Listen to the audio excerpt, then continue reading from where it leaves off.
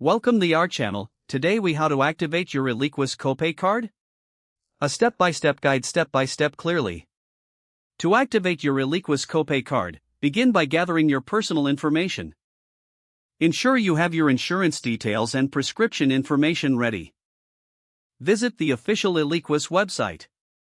Look for the section dedicated to the Co-Pay Card. Once there, you should see an option to activate your card. Click on the activation link or button. You will be prompted to enter your card number. Next, input the requested information, such as your name and date of birth. Make sure to double-check the accuracy of the information you've entered. After filling in the details, click the Submit button. Wait for the confirmation screen to appear. This will indicate that your Co-Pay Card has been successfully activated. If you encounter any issues during the process, consider contacting ELIQUIS customer support. They are available to assist you with any questions or concerns. Once activated, you can start using your Co-Pay Card to help with your prescription costs. If the page does not load, refresh the browser or try again in a private or incognito window.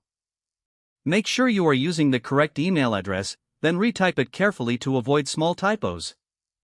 If your password is not accepted, use the reset option and create a new strong password you can remember.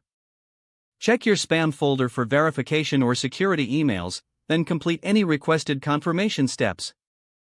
Enable two-factor authentication if available to improve account security and reduce unauthorized access risk. After signing in, review your profile details so your contact information and settings are accurate and current. If you see an error message, note it down and try again after restarting your device and internet connection.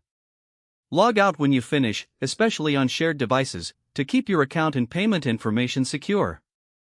If the page does not load, refresh the browser or try again in a private or incognito window.